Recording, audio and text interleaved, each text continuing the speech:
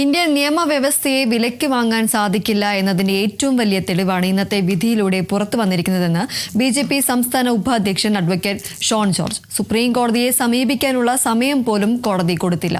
ഇനി കൂടുതൽ അന്വേഷണത്തിലേക്ക് പോകാനും അറസ്റ്റിലേക്ക് പോകാനും ഇഡിക്ക് സ്വാതന്ത്ര്യമുണ്ട്. മോഷ്ടിച്ച പണത്തിന് GST നൽകി എന്നതാണ് സഖാക്കൾ പറയുന്നത്. സേവനം നൽകാതെ ഇൻവോയ്സ് നൽകിയത് ഗുരുതര തെറ്റാണ്. GST തട്ടിപ്പ് നടത്തിയതിന് വീണയ്ക്കെതിരെ സംസ്ഥാന സർക്കാരിനും വേണമെങ്കിൽ കേസെടുക്കാമെന്നും ഷോൺ ജോർജ് പറഞ്ഞു.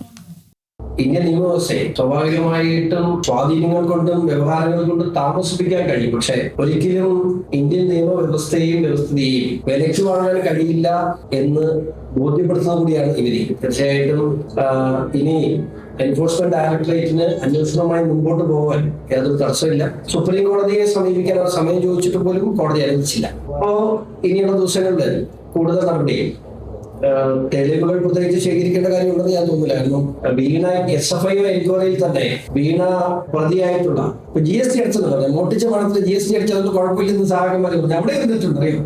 ഈ GST അടയ്ക്കുന്നതിന് അടച്ച GSTക്ക് വിഹിതം ഇങ്ങോട്ട് സംസ്ഥാന സർക്കാർ വാങ്ങുന്നുണ്ട് അല്ലേ? ഈ അടച്ച GSTയുടെ റേസ് ചെയ്തിട്ടുള്ള ഇൻവോയ്സ് ഫേക്ക് അല്ലേ? സേവനം കൊടുത്തിട്ടുണ്ട് എന്ന് പറഞ്ഞുകൊണ്ടാണ് ഇൻവോയ്സ് വീണയുടെ കമ്പനി ഇൻവോയ്സ് റേസ് ചെയ്തേക്കുന്നത്.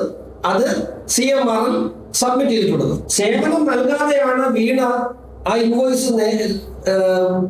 റേസ് ചെയ്തിട്ടുള്ളതെന്നുള്ള കാര്യം അന്വേഷണത്തിൽ വ്യക്തമായി. അപ്പോ GST ആക്ട് പ്രകാരം സംസ്ഥാന സർക്കാർക്ക് ഇപ്പോ നിയമപ്രകാരം വീണ കാരണം നോട്ട് ബെയിലബിൾ ഒഫൻസ് ആണ്. ഒരു ഫേക്ക് ഇൻവോയ്സ്, സേവനം നൽകാതെ ഒരു ഫേക്ക് ഇൻവോയ്സ് വീണയുടെ കമ്പനിയുമായി CMR ക്രിയേറ്റ് ചെയ്തിരിക്കുന്നത്. ആ ഫേക്ക് ഇൻവോയ്സ് ക്രിയേറ്റ് ചെയ്തിട്ടുള്ളത് വീണയാണ്. അപ്പൊ യഥാർത്ഥത്തിൽ GST തട്ടിപ്പുകൾ നടത്തിയിട്ടുണ്ട്.